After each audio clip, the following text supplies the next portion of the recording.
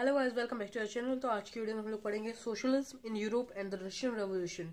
Class 9 का chapter है SST का, और ये हिस्ट्री वाले पोर्शन के अंदर आता है। और इस वीडियो में हम लोग पार्ट 1 डिस्कस करने वाले हैं इस चैप्टर का। आने वाले पार्ट्स में पूरा चैप्टर कंप्लीट कर लेंगे। तो सबसे पहले हमारा जो टॉपिक है वो है the age of social change. मतलब इसके टॉपिक में हम लोग बात करेंगे जो सोशल चेंज की जो एज थी, मतलब कैसे कैसे टाइम बीता गया, लोगों की जो थिंकिंग थी वो चेंज होती गई, उसी के बारे में हम लोग इस वाले टॉपिक में देखने वाले हैं।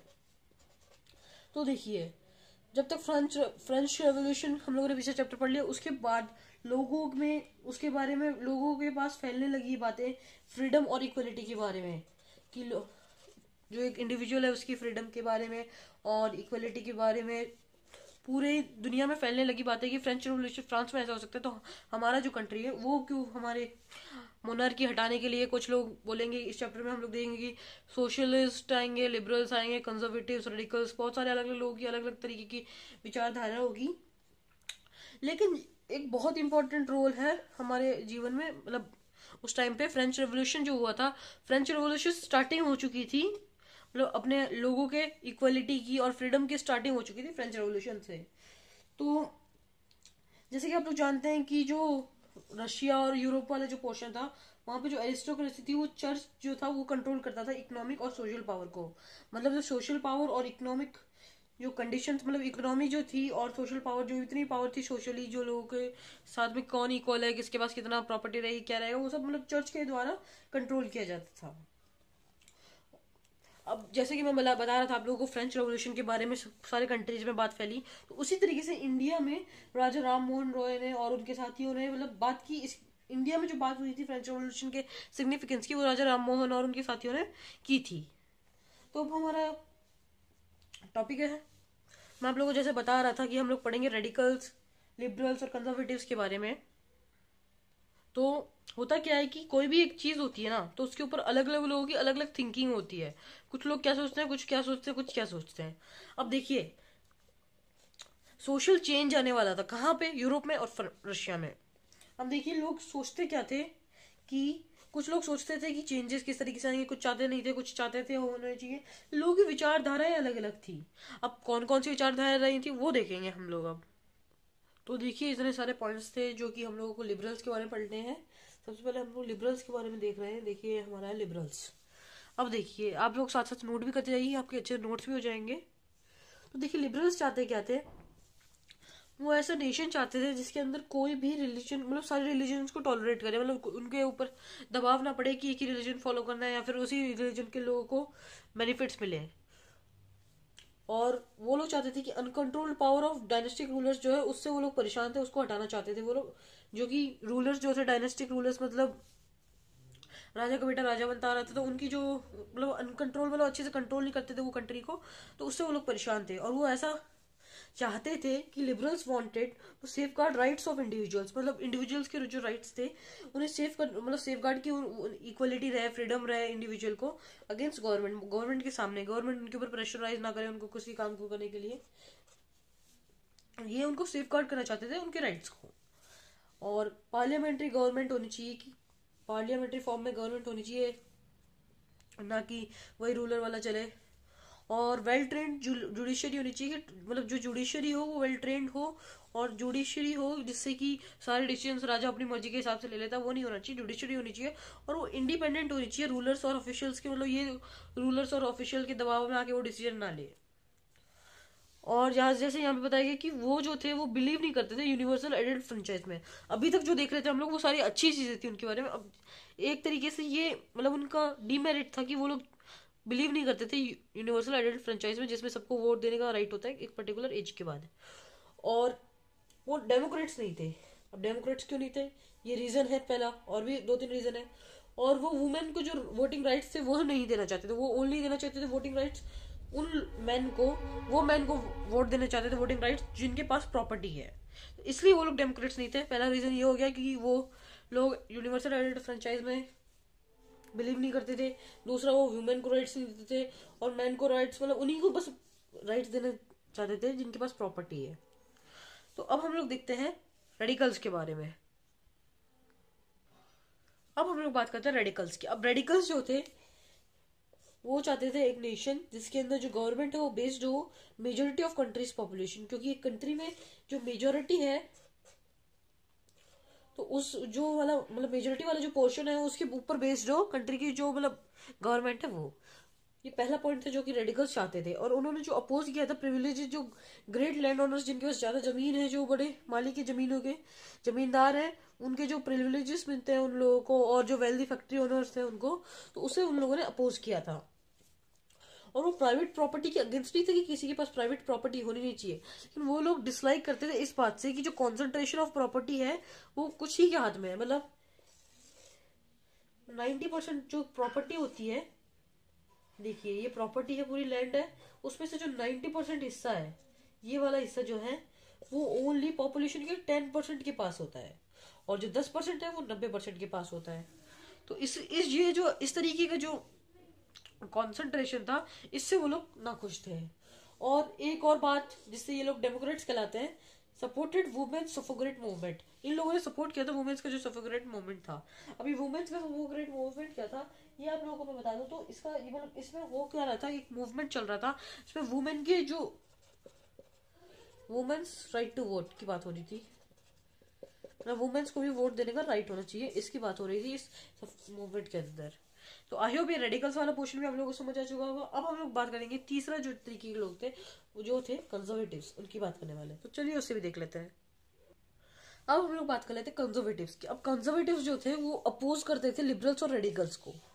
क्यों? ये वो लोग थे जो नोबिलिटी नोबल पर्सन में आते थे, नोबिलिटी में जो आते थे, नोबिलिटी के अंडर जो आते थे वो लोग थे कंजर्वेटिव्स। ये इनका राज चल रहा है, इनके जो मतलब फैमिली मेंबर्स है उनका राज चल रहा है, तो ये मना क्यों करेंगे? ये तो चाहते हैं कि वही कंटिन्यू रहे। अब मान लेते आपकी क्लास, मान लेते क्लास में एक मॉनिटर है, मैम ने कह दिया उसको स्टार्टिंग में बना दिया था क्लास के में मॉनिटर। अब 6-7 महीने बाद बच्चों ने कंप्लेंट की कि वो थोड़े अच्छे से काम नहीं कर रहा है, मतलब माइंड वाइंड नहीं कर रहा है, क्लास को अच्छे से संभाल नहीं पा रहा है। तो मैम कह रही है कि इलेक्शंस करेंगे, तो क्लास में आप वोटिंग करवाएंगी, जो बच्चे जितने वोट करेंगे जिसको सबसे ज्यादा, वो क्लास का मॉनिटर बनेगा। अब वो क्या चाहेगा कि वोटिंग कैंसिल हो जाए जिससे वही बना रहे, तो वही थे वो कंजर्वेटिव्स। उन्होंने रेडिकल्स और लिबरल्स को अपोज कर दिया था क्योंकि वो नहीं चाहते थे चेंज आए। अब देखिए अर्लियर, पहले फ्रेंच रेवोल्यूशन ये वाला पार्ट को बाद में देखेंगे हम लोग, ये देख लेते हैं पहले। जब 18वीं सेंचुरी से पहले की बात है तब वो लोग जनरली अपोज कर देते थे जो आइडिया था चेंज का उसको, क्योंकि वो लोग नहीं चाहते थे जिस तरीके से मैंने आप लोगों को बताया। लेकिन जैसे जैसे फ्रेंच रेवोल्यूशन आया तो उन लोगों ने देखा कि उनके आसपास की कंट्री जो है फ्रांस, वहाँ पे लोग एक फ्रीडम और इक्वलिटी बढ़ते के लिए बात कर रहे हैं, इस तरीके से चेंजेस आ रहे हैं। तो उन लोगों ने भी धीरे धीरे अपना जो माइंड है वो ओपन किया, और चेंज के लिए उन लोग मान गए वो लोग कि चेंज आना चाहिए। उन्होंने चेंज को इनवाइट कर लिया, मतलब चेंज इज इनवाइटेबल। बट वो ये बिलीव करते थे कि जो पास्ट है उसे रिस्पेक्ट करना है, मतलब वो जो पास्ट है दैट शुड बी रिस्पेक्टेड। और चेंज थोड़ा धीरे धीरे प्रोसेस है, मतलब स्लो प्रोसेस है। और जो हमारे रेडिकल्स है वो चाहते थे कि जो चेंज आए वो एकदम फास्ट प्रोसेस में आए। रेडिकल्स फास्ट प्रोसेस चाहते थे और कंजर्वेटिव्स थोड़ा स्लो प्रोसेस चाहते थे, जिससे कि धीरे धीरे चीजें सेटल होती जाए। तो हमारा पहला जो टॉपिक था कंजर्वेटिव, लिबरल्स और रेडिकल्स वाला, वो लोग तो हम लोगों ने पढ़ लिया वाला टॉपिक।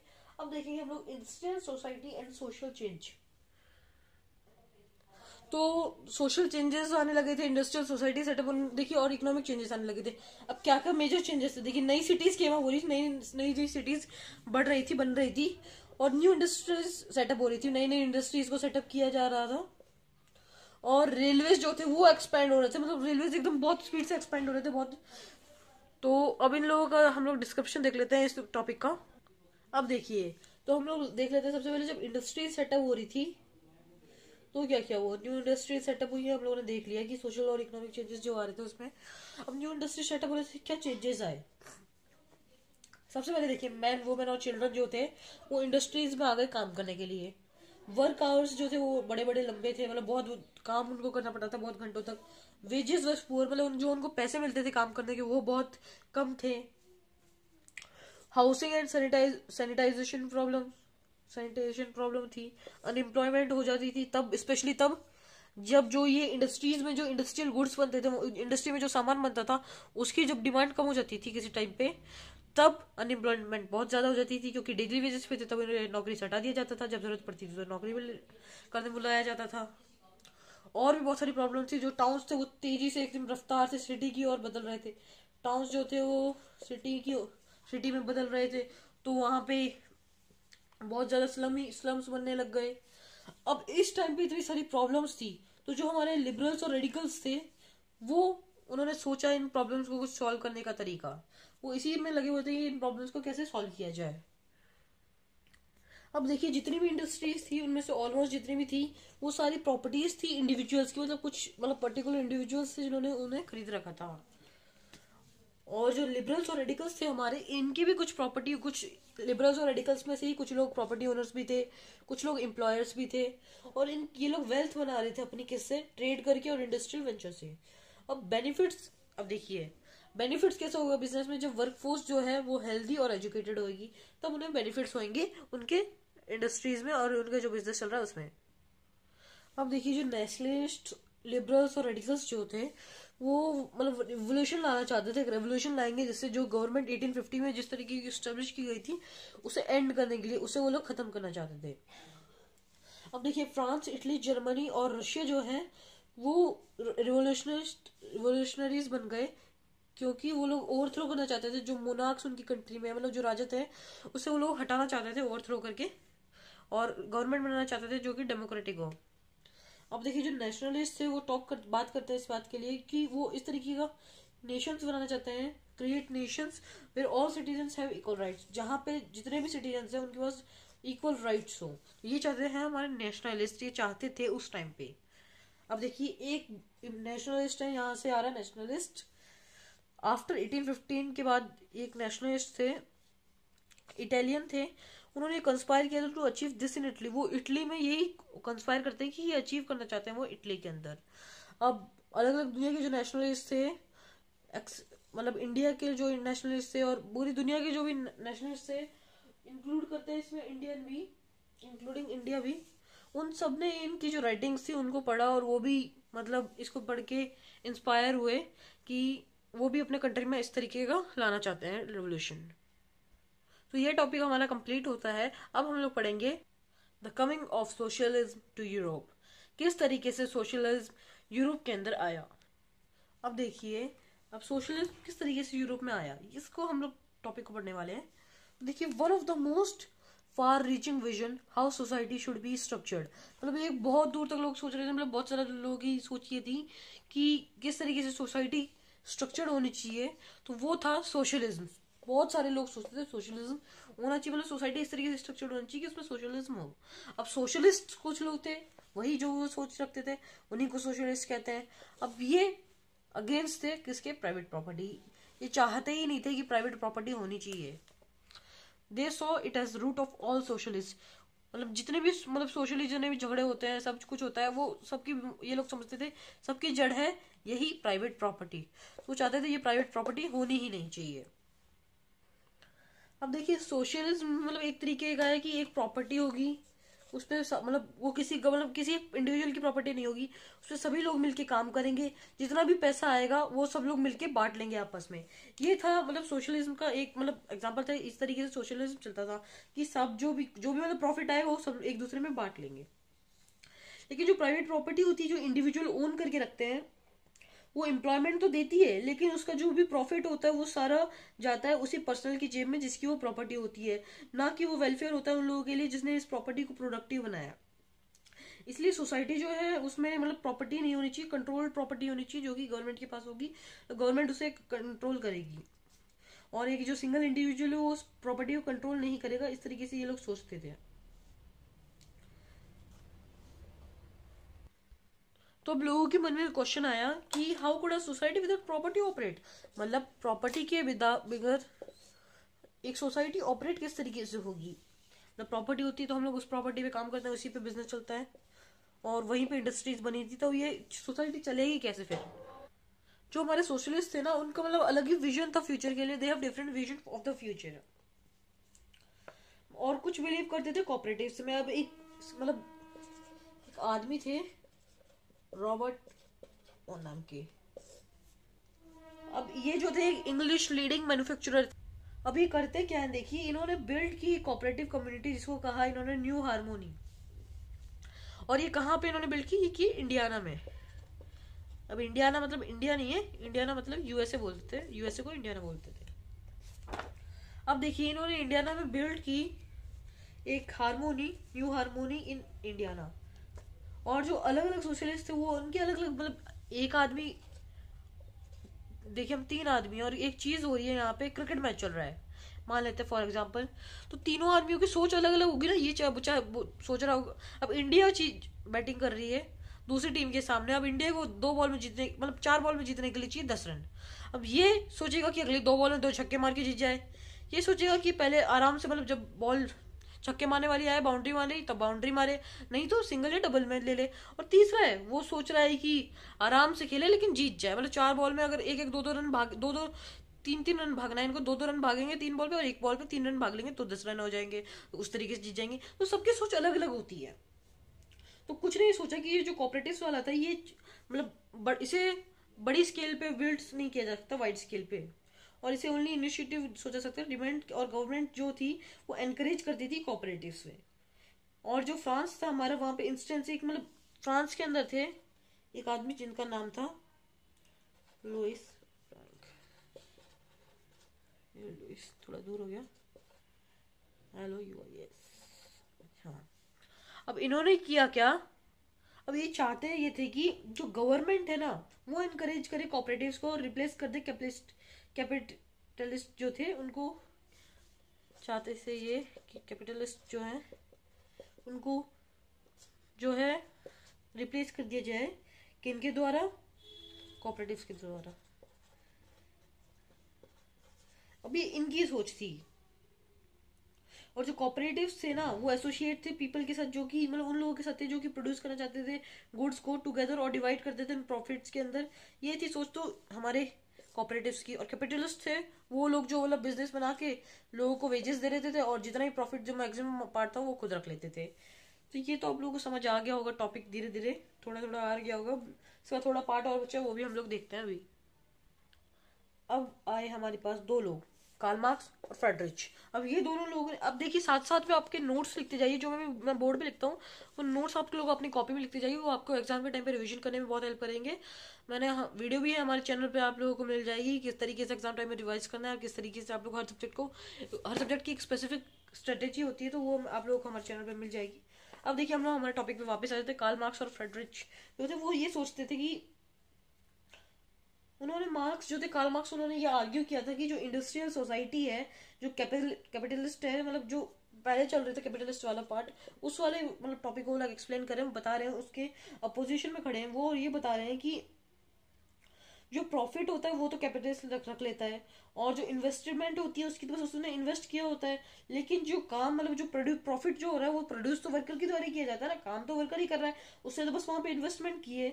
इसलिए जो कंडीशन थी वर्कर्स की वो इम्प्रूव नहीं हो रही थी। मतलब मैंने आप लोगों को बताया था कि कम वेजेस मिलते थे उन लोगों को, लॉन्ग आवर्स थे बहुत बहुत, तो उसी को चेंजेस करने के लिए इन लोगों ने बोला था वहां पे। और जो कार्ल मार्क्स थे उन्हें मतलब फ्रीडम प्रोवाइड कराना चाहते थे, उनको फ्री करना चाहते थे इस कैपिटलिस्ट से, क्योंकि वो चाहते थे कि वो लोग प्रोड्यूस कर रहे हैं, वो बस इन्वेस्टमेंट कर रहा है जो कि सारा प्रॉफिट को लेके जा रहा है, तो इस बात से वो लोग ना खुश थे जो थे हमारे सोशलिस्ट। अब वो लोग चाहते क्या है कि जो सारा कॉपरेटिव्स में आ जाए, जो भी कैपिटलिस्ट में चल रहा है अभी तक, वो चाहते थे कि वर्कर्स को एक मतलब सोसाइटी कंस्ट्रक्ट करनी पड़ेगी जहाँ पे जो भी सारा की सारी जो प्रॉपर्टी है वो रेडिकली सोशलिस्ट सोसाइटी कंस्ट्रक्ट करने पड़ेगी, जो भी सोसाइटी वो सोशली कंट्रोल्ड हो, मतलब किसी एक भी इंडिविजुअल की प्रॉपर्टी ना हो, सारी की सारी वो सोशली कंट्रोल्ड हो। ऐसा चाहते थे कार्ल मार्क्स की, मतलब जो वर्कर्स हैं वो सारी प्रॉपर्टी, मतलब जो भी वो लोग अभी काम कर रहे हैं उसको छोड़ दें, वो नई सोसाइटी कंस्ट्रक्ट होगी, उन लोगों को कंस्ट्रक्ट करनी पड़ेगी, ये सोचते थे हमारे Karl Marx. This would be a communist society, और कम्युनिस्ट सोसाइटी उसको मतलब उन्होंने बता दिया कि ये कम्युनिस्ट सोसाइटी होगी। और वो मतलब उन्होंने साफ साफ वर्कर्स को बता दिया था कि आप लोगों को कैपिटलिस्ट में मतलब कैपिटलिस्ट वहां पे काम नहीं करना है, आप लोग छोड़ दोगे तो हम लोग नई सोसाइटी बना रहे हैं और वो नेचुरल सोसाइटी होगी फ्यूचर के लिए, ये उन लोगों की सोच थी। अब देखिए सपोर्ट फॉर सोशलिज्म, मतलब सोशलिज्म के लिए जो सपोर्ट उठा था उसके बारे में हम लोग बात करेंगे इस वाले टॉपिक में, जो कि अब हम लोग स्टार्ट करने जा रहे हैं। अब जो हमारे सोशलिस्ट थे ना, वो एक इंटरनेशनल बॉडी बनाते हैं जिसका नाम रखते हैं सेकेंड इंटरनेशनल। अब वर्कर्स जो थे इंग्लैंड और जर्मनी में, वो बिगिन कर देते हैं एसोसिएशंस बनाना, और उस एसोसिएशन से बना के मतलब इसलिए बना रहे हैं कि वो फाइट कर सके अपने बेटर लिविंग और वर्किंग कंडीशंस के लिए, इसलिए वो लोग एसोसिएशंस बना रहे हैं। They set up funds to help members in times of distress, मतलब जब डिस्ट्रेस होंगे इसलिए वो लोग फंड्स भी स्टार्ट कर रहे हैं, फंड्स को कलेक्ट करना, और डिमांड कर रहे हैं रिडक्शन ऑफ वर्किंग आवर्स की। जो वर्किंग आवर्स को रिड्यूस करने के लिए पहले उनको 15-15, 16-16 घंटे काम करना है। जैसे आजकल आप लोग देखते हैं कि 8 घंटे से ज्यादा कोई काम नहीं कर सकता है, मतलब करवा सकता है किसी से। और जर्मनी में एसोसिएशंस जो थे वो काम करना चालू कर चुके थे, जैसे कि विद सोशल डेमोक्रेटिक पार्टी, एक जर्मनी में पार्टी बन के आई जिसका नाम था एसपीडी बोले थे हम लोग, शॉर्ट फॉर्म है उसका, सोशल डेमोक्रेटिक पार्टी। और उसने हेल्प किया कि जीतने के लिए पार्लियामेंट्री सीट्स में। और 1905 में सोशलिस्ट और जो ट्रेड यूनियनिस्ट थे उन्होंने फॉर्म की एक labour party in Britain. Britain में बनी, जर्मनी में बनी हमारी एसपीडी जिसका फुल फॉर्म है सोशल डेमोक्रेटिक पार्टी। और ब्रिटेन में बनती है हमारे पास, फिर ब्रिटेन में बनी हमारे पास पार्टी जिसका नाम उन लोगों ने रखा था।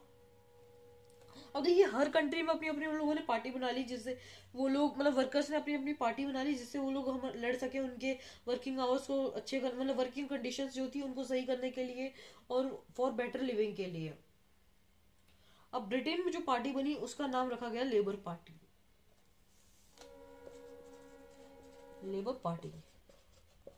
और फ्रांस में जो थी जिसका नाम था सोशलिस्ट पार्टी, जो कि नॉर्मल हमारा हो जाएगा, जो कि हम लोग social support for social socialist party नाम था, वो बनी थी फ्रांस के अंदर में। और 1914 तक जो भी सोशलिस्ट थे वो मतलब कामयाब नहीं हुए थे पार्टी बनाने के लिए, मतलब सरकार बनाने में वो लोग कामयाब नहीं हुए थे। वो लोग जितनी बार भी वो लोग चाह रहे थे सरकार नहीं बन पाई सोशलिस्ट लोगों की। और रिप्रेजेंटेड जो थी, मतलब जो सरकार बनी हुई थी वो तो उन्हीं लोगों की जो थे हमारे कंजर्वेटिव्स, लिबरल्स और रेडिकल्स में, जो मतलब पहले हम लोगों ने देखा था उन्हीं की सरकार अभी तक चल रही थी। लेकिन यूरोप में सरकार नहीं बन पाई थी सोशलिस्ट की, लेकिन वो बन गई थी कहाँ पे, रशिया में। अब वो हम लोग देखेंगे हमारे पार्ट 2 में, तो जुड़े रहिएगा हमारे चैनल के साथ पार्ट 2 के लिए। और पार्ट 2-3 पार्ट और आएंगे इसके, उसमें पूरा चैप्टर कंप्लीट हो जाएगा। Thank you for watching this video. आप इस वीडियो को लाइक कीजिए अगर ये पसंद आई आपको, और अपने सभी दोस्तों के साथ और टीचर्स के साथ भी शेयर कीजिए। और कमेंट बॉक्स में जरूर बताइए अगर आपको कोई डाउट है या कुछ परेशानी है या फिर कुछ क्वेरी है या फिर कुछ सजेशन देना चाहते हैं कि, और जिस भी चैप्टर को आप इसके बाद जो भी चैप्टर पढ़ना चाहते हैं उसको कमेंट बॉक्स में बता दीजिए, हम उस चैप्टर को आपको उसी चैप्टर की एक्सप्लेनेशन की वीडियो प्रोवाइड कर देंगे। और आपको रेड कलर में लिखा हुआ सब्सक्राइब का बटन दिख रहा होगा, उस पर क्लिक करिए, हमारे चैनल सब्सक्राइब हो जाएगा, हमारे सारे आने वाले वीडियोस आपको मिलेंगे। उसके साइड में एक बेल आइकन बना होगा, उस पर क्लिक करके नोटिफिकेशन ऑन कर दीजिए, सारे नोटिफिकेशन मिलेंगे। जैसे वीडियो डालेंगे सबसे पहले आपके पास नोटिफिकेशन जाएगी, आप हमारी वीडियोस को देख पाएंगे। Thank you very much.